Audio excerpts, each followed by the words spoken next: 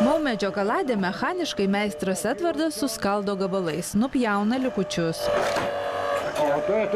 Kai yra tas baltumas, tai nupjauname, nes jeigu tas baltumas lieka, mediena netenka kokybės ir patvarumo. Ir čia mašinų įsikišimas baigtas. Čia štai tokie va gontai, prašom. Toliau paruoštą medieną meistras nešasi prie savo darbo vietos. Patogiai įsikuria ir taip gimsta pirmasis gontas – medinė lentelė, viena iš tūkstančių, kurių reikia Čiūlų dvarui.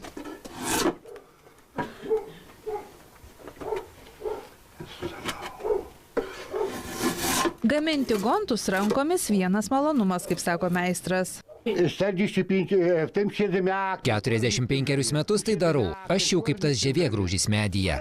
Ir rankos nepaskausta. Jeigu jau pradedu verkšlenti, kai skauda rankas, tai žmona tuoj patepa savo vyreliui jas tepalu. Ir taip, juokaudamas per dieną, vyras rankomis pagamina ne vieną 10 tokių štai lentelių. Kai darbas rankomis baigtas, belieka lentutėje specialiomis staklėmis įpjovą padaryti.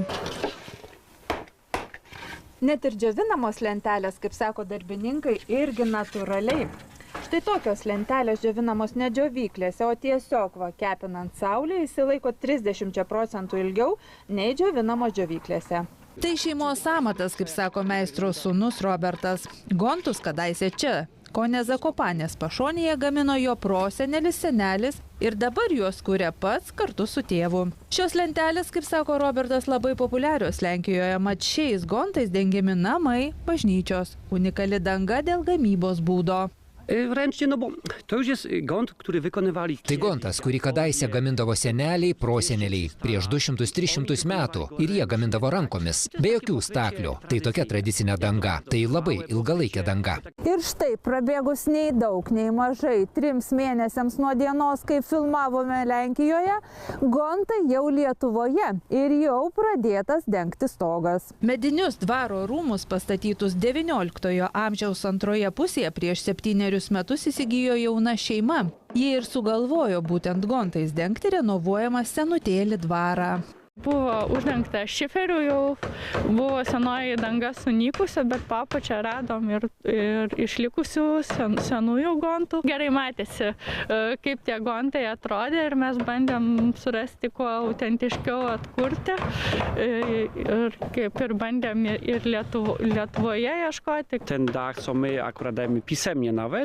Šios stogo dangos garantinis laikas 10-15 metų, o štai laikysis 50-60 metų.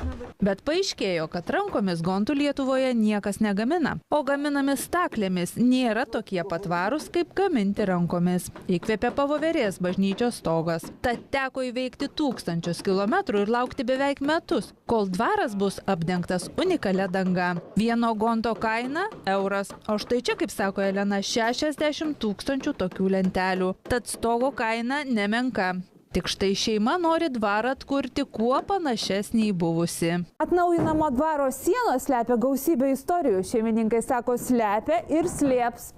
Mat čia apsigyvenęs bildukas ir tai pasirodo nepramanai.